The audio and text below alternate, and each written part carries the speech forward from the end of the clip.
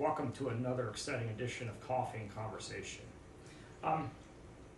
Tony, as I sat here this morning, I'm drinking my coffee. There's a common thread that emerges here, and it has to do with coffee specifically.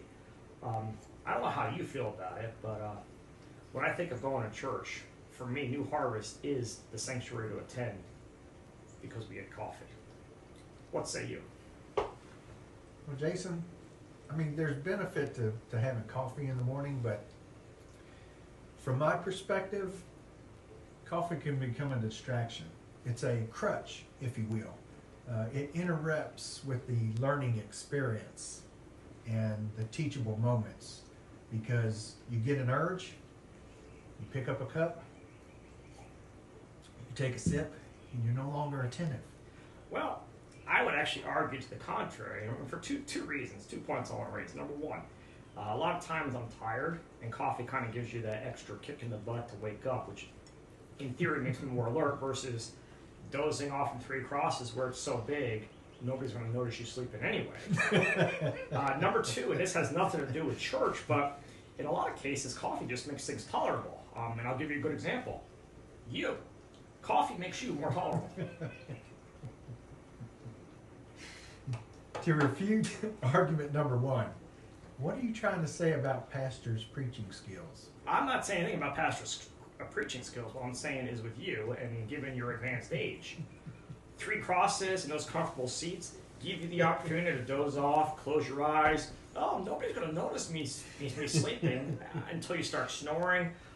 You can sit in the nosebleed section and basically hide. You can change seats every week, and the likelihood of running into people you know diminishes exponentially. Whereas in New Harvest, it's much more intimate, it's much more contained, and the coffee actually creates a certain level of accountability.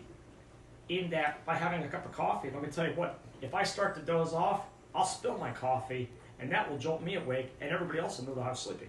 But you're also putting a strain on the resources of World Outreach Church because you're consuming the product that people's tithes have provided you. Well, and that's why they have the donation box there, Tony. That you never put anything in. No, I've never seen you put anything in either.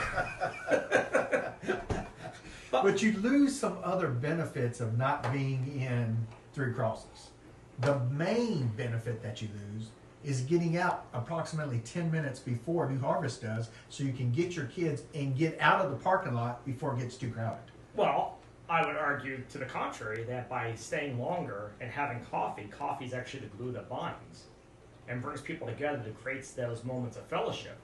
To where rather than just being a mad dash to get out of the parking lot so that we avoid traffic and you can be the first person at the restaurant, you have the ability to sit back, relax, perhaps enjoy another cup of coffee, and make friendships. I may just concede this point. Well, you lost last week, Tony. The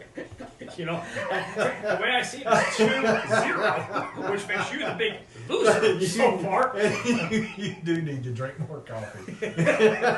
Especially when you're around. Because you're confused.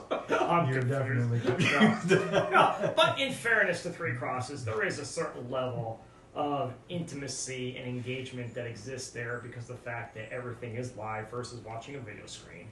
And I do think the video screen lends itself to making one potentially complacent to maybe be more apt to sneak a peek at your phone or other electronic device. But the addition of coffee is a nice perk. It's always a nice perk. And that's why I come here in the mornings to have coffee and conversation. Absolutely. We appreciate you joining. We'll see you all next week. Take care.